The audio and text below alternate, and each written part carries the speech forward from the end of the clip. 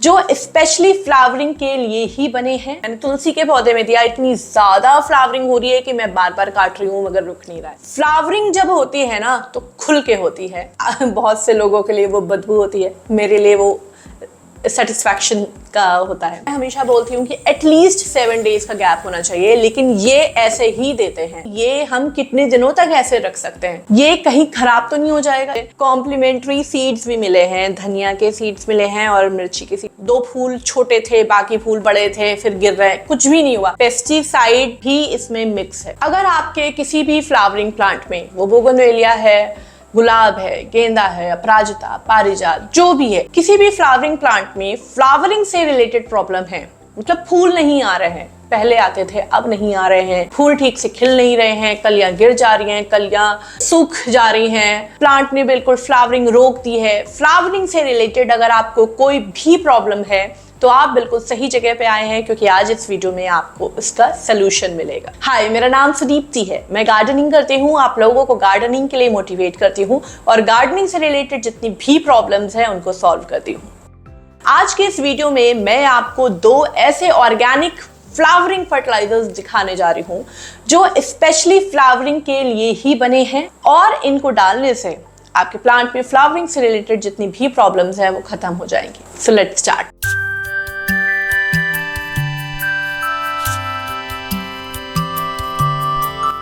मैं पहले ही बता दूं कि ये जो दोनों हैं वो पूरी तरीके से ऑर्गेनिक है, 100% जीरो केमिकल है। दूसरी चीज़ कि इन दोनों को अगर आप थोड़ा भी ऊपर नीचे दे दोगे, कभी ज़्यादा दे दोगे, तो ऐसा नहीं है कि प्लांट खराब हो जाएगा, साइड इफेक्ट्स ना के बराबर है। और तीसरी चीज़ कि इनको सिर्फ और सिर्फ फ्लावरिंग प्लांट में ही देना है, और प्लांट्स में आप दोगे तो फालतू में फ्लावरिंग होने लगेगी, फिर आपको फूल काटने पड़ेंगे, जैसे धनिया, पुदीना वगैरह, इन सब में नहीं देना है। मैंने तुलसी के पौधे में दिया, इतनी ज़्यादा फ्लावरिंग हो रही है कि मैं बार बार काट रही हूँ मगर रुक नहीं रहा है। आप समझ सकते हो कि किस लेवल पे ये फ्लावरिंग में हेल्प करता है। शुरू करते हैं पहले फर्टिलाइजर से। मैंने अभी तक आपको 3 खल दिखाई है। पहली दिखाई है मस्टर्ड केक, जो प्लांट की ओवरऑल ग्रोथ के लिए बहुत जरूरी है। दूसरी मैंने दिखाई है नीम की खल, जो प्लांट में कीड़े मकोड़े नहीं लगने देती है, मिट्टी को, रूट्स को प्रोटेक्ट करके रखती है। तीसरी मैंने दिखाई मूंगफली की खल, जो प्लांट में ऊपर पत्तों को हरा हरा, ऊपर हरियाली लाती है।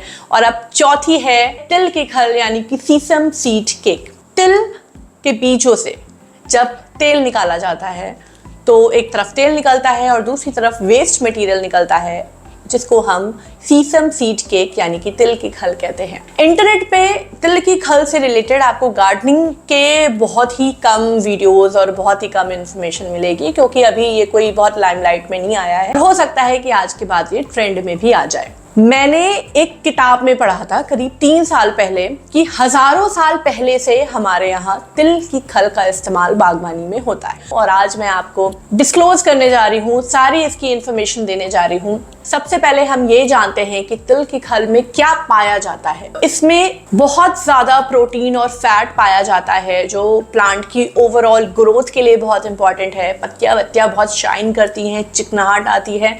फ्लावरिंग जब होती है ना तो खुल के होती है इनकी वजह से। दूसरी चीज, इसमें बहुत सारे माइक्रोन्यूट्रिएंट्स जैसे कैल्शियम, मैग्नीशियम, जिंक, आयरन, ये सब काफी क्वांटिटी में पाए जाते हैं। तो जैसे मैं अक्सर बोलती हूँ ना कि इस टाइम पे माइक्रोन्यूट्रिएंट दे दीजिए।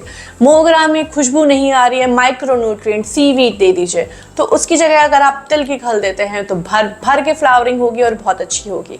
साथ में इसमें फास्फोरस भी पाया जाता है, जिससे जो इसकी जड़ें हैं वो बहुत मजबूत होती हैं, मिट्टी बहुत अच्छी होती है, जड़ें न्यूट्रिएंट्स को बहुत अच्छे से खींचती हैं, और थोड़ा बहुत नाइट्रोजन वगैरह भी पाया जाता है। तो लगभग सब कुछ है, लेकिन मेन जो चीजें हैं जो फ्लावरिंग के लिए बहुत इंपॉर्टेंट है वो इसमें भर भर के पाई जाती हैं, और इसलिए हम इसको फ्लावरिंग में यूज करते हैं। जो बाकी खल हैं उनके कंपैरिजन इसको इस्तेमाल करने का तरीका, इसको फर्मेंट करने का तरीका, इसका मिक्सचर बनाने का तरीका थोड़ा सा अलग है। मान लीजिए कि आपको 10 पौधों के लिए, जो कि 12-12 इंच के 10 गमले हैं, उनके लिए ये टॉनिक तैयार करना है। तो सबसे पहले आपको चाहिए तिल की खल।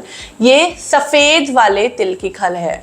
अब आप सोचेंगे ये सफेद नहीं दिख रही है, एक्चुअली जो तिल की खल होती है, जो ब्लैक वाली है, वो तो पूरी ब्लैक होती है और हीट होने के बाद तो बहुत ज्यादा, मतलब जेड ब्लैक हो जाती है। लेकिन जो वाइट वाली है वो एक्चुअली प्योर वाइट नहीं होती, थोड़ी सी क्रीमिश सी होती है। जब उसको हीट करते हैं, प्रोसेस होता है तेल निकालने का, वो थोड़ा डार्क कलर की हो जाती है। 10 पौधों के लिए आपको 100 ग्राम तिल की खल लेनी है और इसका एग्जैक्ट आधा आपको नीम की खल लेनी है। नीम की खल 50 ग्राम। ये दोनों चीजें आपको लेके 1 लीटर पानी में मिक्स करनी है। मैं क्वांटिटी डबल कर रही हूँ, मतलब मैं अभी जो बना रही हूँ वो 100 ग्राम नहीं है, वो 200 ग्राम है तिल की खल, और नीम की खल 100 ग्राम है और 2 लीटर पानी में डिप कर रही हूँ। मैं डबल क्यों बना रही हूँ इसका कारण मैं अभी आपको बताऊंगी। तिल के साथ अगर नीम की खल मिक्स करके एक कॉम्पोजिशन बना के प्लांट में दिया जाए तो प्लांट की ओवरऑल हेल्थ बहुत इंप्रूव होती है, मिट्टी में कोई डिजीज नहीं लगती है।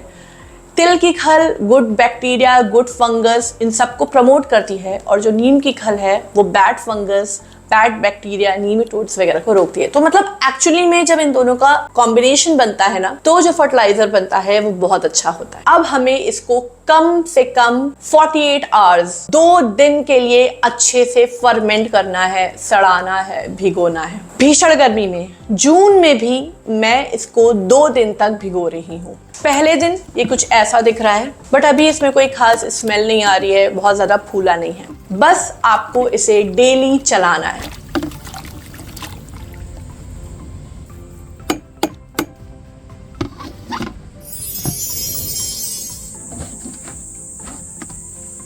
अगले दिन ये फूल गया है अच्छे से और इसमें स्मेल भी आ रही है। अगर आपने इसको भिगोया, मौसम गर्म नहीं है, ठंडा है, ठंड है या बरसात है या बसंत है, उसमें भी कोई बहुत गर्मी नहीं होती है, आपने भिगोया, 2 दिन बाद भी आपको स्मेल नहीं आई, एक वो तीखी सी, पंजेंट सी, बहुत से लोगों के लिए वो बदबू होती है, मेरे लिए वो सेटिस्फैक्शन का होता है।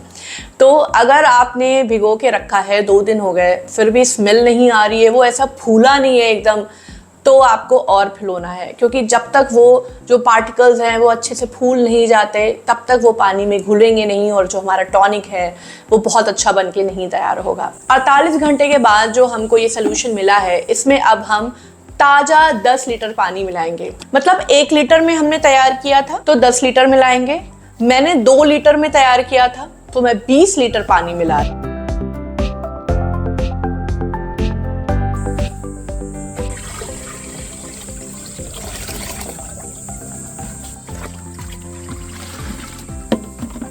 अब हम इसको अपने फ्लावरिंग प्लांट में अच्छे से देंगे।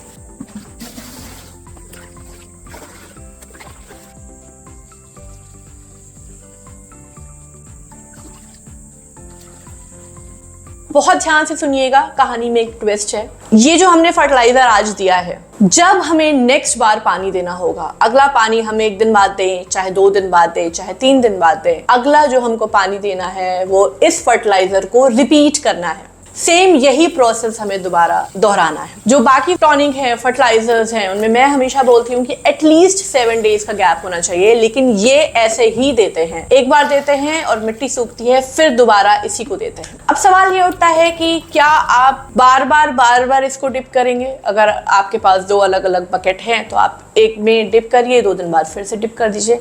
लेकिन अगर आप चाहें तो एक बार में ही दोनों बार का ये सोल्यूशन बना के रख सकते हैं। तो इसीलिए मैंने 200 ग्राम तिल की खल ली थी। सवाल ये उठता है कि ये हम कितने दिनों तक ऐसे रख सकते हैं, ये कहीं खराब तो नहीं हो जाएगा, इसमें कीड़े तो नहीं लग जाएंगे? तो मैं आपको बता दूं कि ये जो सोल्यूशन है, जो पानी में हमने घोल के रखा है, आप इसको 1 हफ्ते तक गर्मी के मौसम में भी आराम से रख सकते हो। जितना ज्यादा ये फर्मेंट होगा उतना ज्यादा अच्छा है, लेकिन डेली आपको चलाना है और इसको धूप में नहीं रखना है। आप ये फर्टिलाइजर सिर्फ और सिर्फ इवनिंग में देंगे, सुबह नहीं देंगे, दोपहर को नहीं देंगे, इवनिंग में ही देना है। अब सवाल ये उठता है कि ये जो तिल की खल है ये आपको कहाँ से मिलेगी? Amazon, फ्लिपकार्ट, मीशो वगैरह में तिल की खल बहुत ज़्यादा अवेलेबल नहीं है, बहुत ज़्यादा ऑप्शंस नहीं है, और जो है भी वो काली वाली बिल्कुल पत्थर जैसी तिल दे रहे हैं, तो उसके बहुत अच्छे रिजल्ट्स नहीं हैं।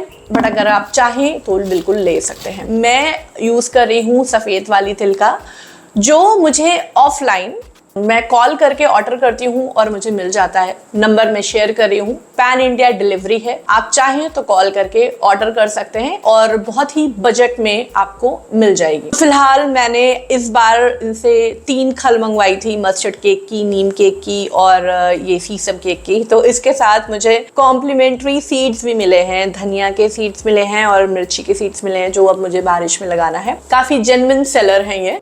सबसे पहला मुझे जो बेनिफिट लगा वो ये था कि कुछ ऐसे प्लांट्स थे मेरे जो थोड़ा सा रेस्टिंग पोजीशन में थे, वो उतनी फ्लावरिंग नहीं कर रहे थे, उन्होंने फ्लावरिंग अचानक से शुरू कर दी। दूसरा मुझे इसमें एक ये दिखा कि भीषण गर्मी में भी मधुमालती से लेके हाइब्रिड विंका, जो कि गर्मी में हमें बचाना पड़ता है, घना तो हुआ ही, साथ में उसने भर भर के फ्लावरिंग की है, बैक टू बैक फ्लावरिंग कर रहा है। तीसरी चीज मुझे इसका एक बेनिफिट ये लगा कि एक ही प्लांट में एक साथ कलियां आई हैं और एक साथ खिल रही हैं, और ऐसा नहीं है कि 2 कलियां खिल गई, बाकी की जो कलियां हैं वो गिर गई। 2 फूल छोटे थे, बाकी फूल बड़े थे, फिर गिर रहे, कुछ भी नहीं हुआ। मेन चीज ये है कि इससे ना मॉइस्चर लंबे टाइम तक रुक रहा है मिट्टी में, बार बार मिट्टी सूख नहीं रही है। आज तिल की खलती है तो आप ये तो बिल्कुल भी एक्सपेक्ट मत करिएगा कि कल ही फ्लावरिंग हो जाए, क्योंकि ये असर दिखाना शुरू करेगी। ऑर्गेनिक है, शुरू में पहले थोड़ी सी कलियां फूटेंगी, थोड़ी बड़ी होंगी, फिर धीमे धीमे फ्लावरिंग शुरू होगी।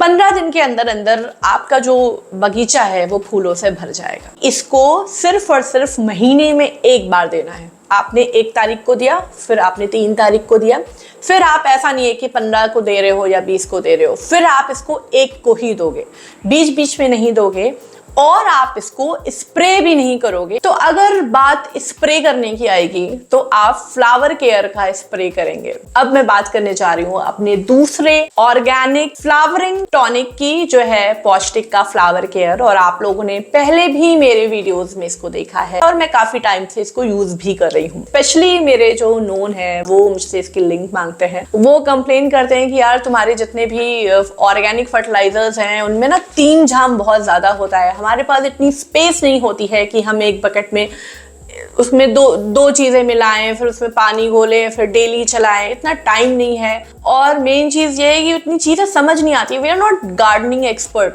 हमको बस सिंपल सी ऐसी चीज बताओ जो रेडी टू यूज हो, हम खरीदे, पानी में डालें, स्प्रे करें, मिट्टी में डालें, हो गया। कुछ लोग तो ये भी बोलते हैं कि यार ये जो इतनी स्मेल आती है हमारे बस की नहीं है। तो फ्लावर केयर खरीद सकते हो आप, बहुत ही अच्छा टॉनिक है। वो पूरी तरीके से केमिकल फ्री है, फ्लावरिंग के लिए बना है। इसमें एनपीके से लेके जितने भी माइक्रो मैक्रो न्यूट्रिएंट्स हैं फ्लावरिंग के लिए वो सारे हैं, स्पेशली डिजाइंड है फ्लावरिंग के लिए। पेस्टिसाइड भी इसमें मिक्स है, मतलब आपको अलग से प्लांट प्रोटेक्टर या अलग से नीम वगैरह का इस्तेमाल करने की जरूरत नहीं है। बहुत सारे लोगों की पता है क्या प्रॉब्लम होती है कि हमारे प्लांट में गुड़हल में कली आई, लेकिन उसके बाद उसमें मिलीबग आ गए, चींटियां आ गई, गुलदाउदी में तो एफिड्स आ गए, गुलाब में ये हो गया वो हो गया, कीड़े लीफ कर्ल से ही परेशान हो जाते हैं। तो फ्लावरिंग तो दूर हो जाती है और कीड़ों से जूझना पड़ता है। तो इसको अगर आप यूज करोगे हर 10 दिन में तो जो फ्लावरिंग है वो तो होगी, साथ में वो जो फ्लावरिंग प्लांट है उसमें कीड़े भी नहीं लगेंगे। कोई भी ग्रोइंग मीडियम हो आप इसको यूज कर सकते हो।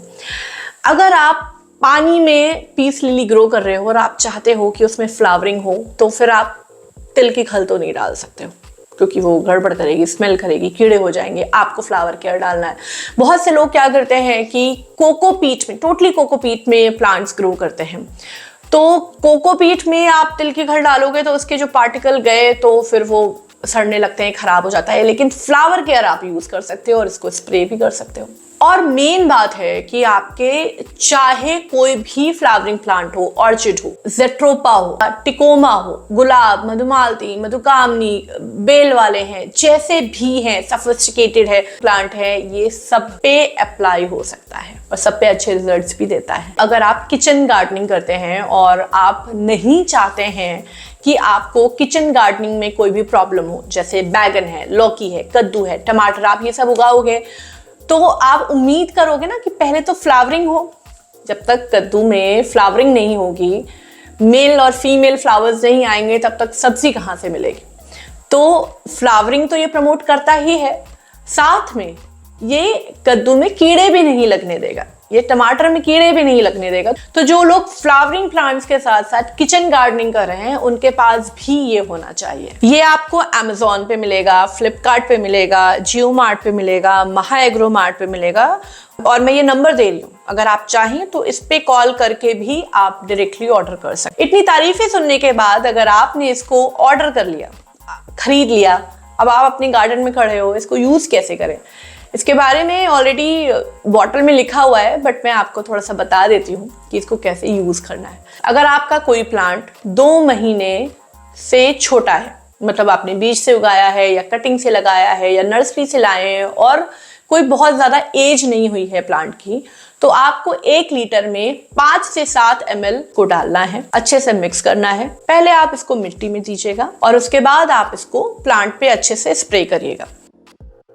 दूसरी चीज, अगर आपका पौधा पुराना है, 2 महीने हो चुके हैं, जैसे मेरे जितने भी प्लांट्स हैं वो सालों पुराने, तो इसमें 1 लीटर में 10 ml जाएगा। 10 ml मिलाया, अच्छे से घोला, प्लांट की मिट्टी में दिया और स्प्रे किया।